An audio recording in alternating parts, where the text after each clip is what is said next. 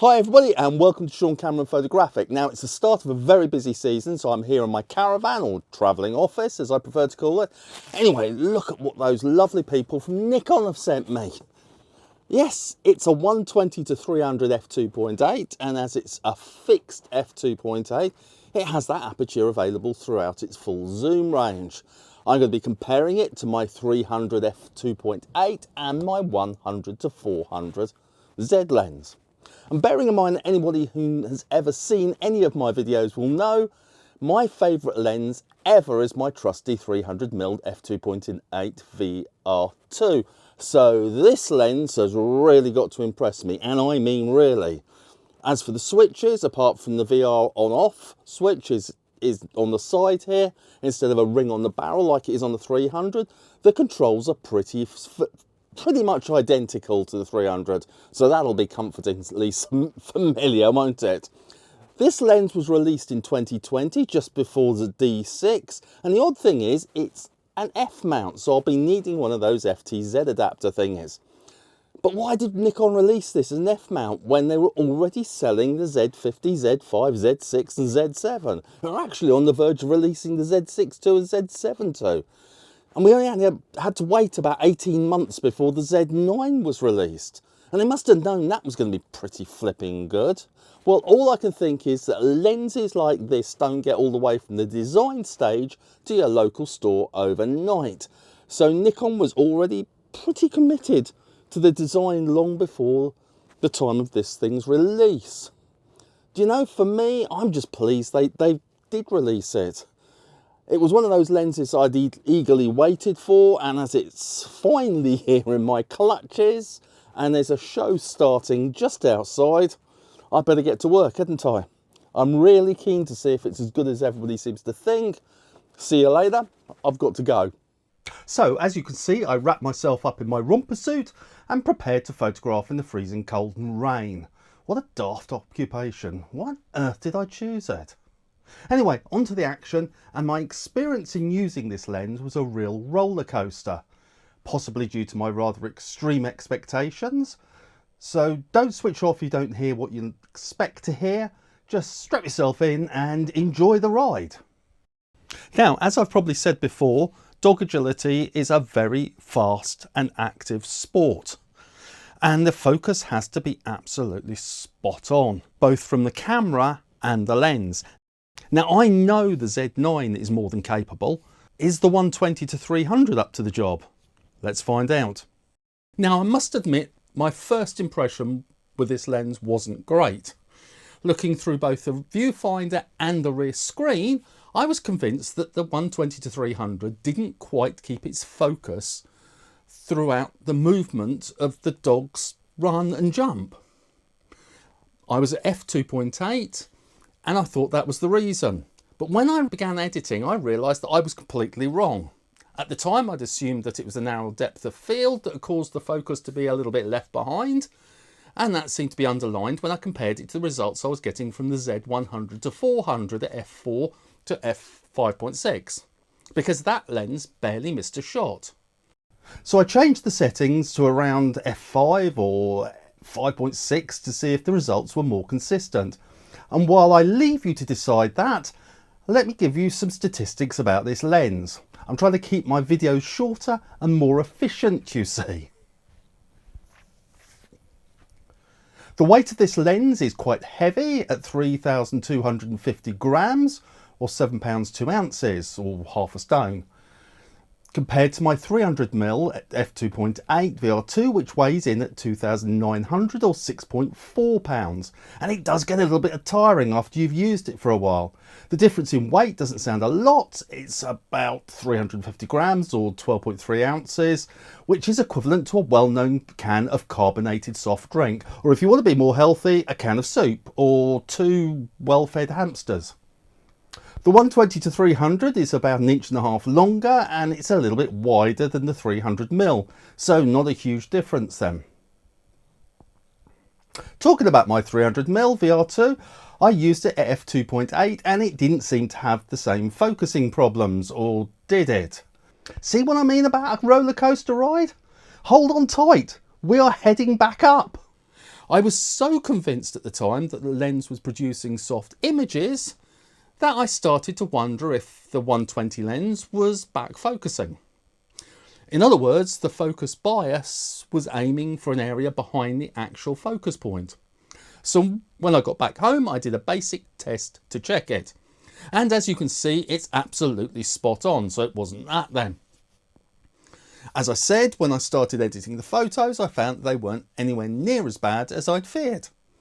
It's interesting that as photographers, we can convince ourselves that a different piece of equipment is either giving us a fantastic image or it's not working at all. It just goes to show how fragile our confidence is. The 120 to 300mm lens was working perfectly well. In fact, f5 upwards, the lens was pretty consistent, except for the odd image in a sequence.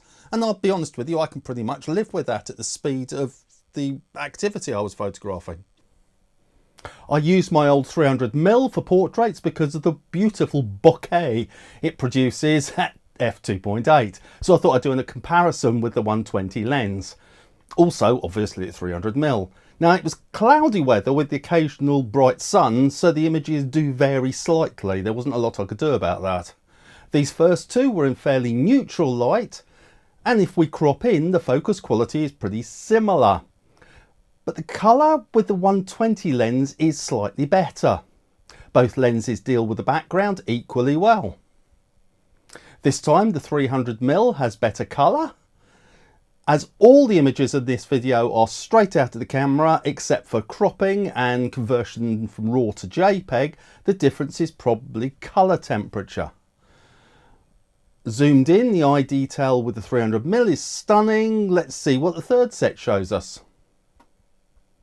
Now the colour difference is definitely white balance, I've decided, and again the eye detail is amazing.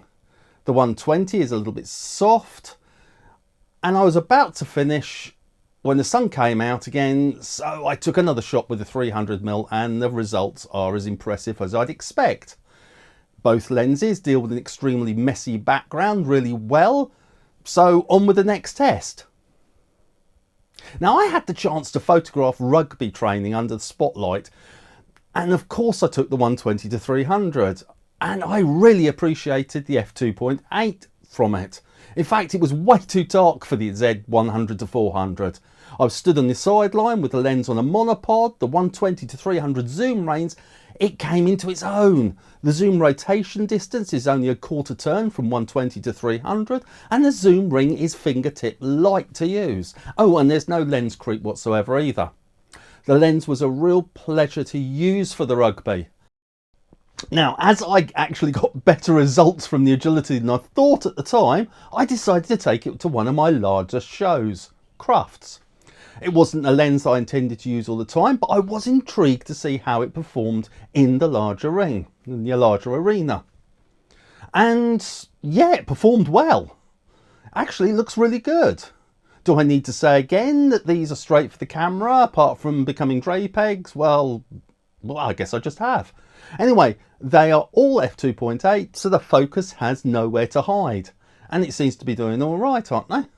Now obviously these are no good for my customers, even at 300mm, they're way too far away. I need to crop in.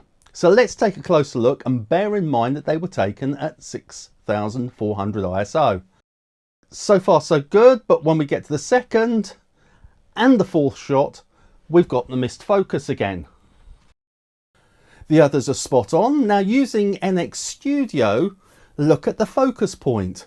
Those two should be really as good as the others. But the speed these dogs are going, am I being too critical? After all, these jumping ones are absolutely pin sharp. And they're going a lot slower at that point, of course. All in all, the percentage of good images were about 80%. I get much more with the Z100 to 400, but the depth of field is more forgiving. The 300 keeper rate percentage is about 93%, but then it's a prime lens. What I'm trying to say is that it still impressed me. And the zoom range 100 to 120 to 300 was just about perfect for an arena this size. As you can see by these images, which is obviously the same dog doing the same round with the lens zoomed to 150mm, then 300mm, and then finally back to 130mm. Normally that would take two different lenses on two cameras, and even then I doubt if I could change them over quickly enough. Now this is the time that I let you decide which lens you feel focuses fastest and more consistently. Personally, I think it's the 300mm, but maybe I'm a little bit biased. But before we get into it, I'd better give my new viewers a quick explanation. From my position with the camera, I'm going to focus on three trees. Number one is the closest at 4.5 meters or 15 foot. Number two is to the right and is 10 meters or 33 foot away. The third tree is 50 meters or 165 foot away.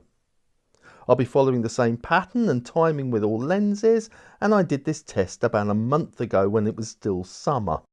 For this part of the video, I'm comparing the 120 to 300mm, zoom to 300mm, to my old 300mm VR2. The footage for that lens was recorded for a previous video, which is why if the seasons look different, well, that's because they are. The result of these variables should be negligible, and I think the comparison is still valid, which is why I've done it. If anything, I could argue that the 300mm has a reflection from the leaves to deal with, whereas the 120 has more contrast. Anyway, let's be honest. A lens either focuses well or it doesn't. I don't see the manufacturers advertising us not to use a certain lens in the winter because it doesn't work as well in the summer. You don't get a spring lens, do you? The Z8 was used for both lenses and was set to a single point focus. So what do you think so far? I reckon it's time for a conclusion. Overall, I've been quite tough on this lens, but I did say at the start of this video that it needed to really impress me. And I did give it a good old workout during the month that I had it. The most confusing thing about the 120 to 300 is that although the 120 to 300 is still 10,499 new, the used price has absolutely plummeted. Now you can pick one up for a mere £1,200 to £3,000. I mean, what a bargain. Now, am I going to get one? No, I'm quite happy with my current setup at the moment. But should my 300mm pack up as well? Well, who would know? Anyway, thank you so much for joining me, and if you like this video, then please like it. If you don't like it, then don't bother. And if you really liked it and you haven't subscribed yet, then do please subscribe it and also pass it along to your friends. Thank you so much for joining me. See you next time when I've got a much shorter video. Take care. Bye.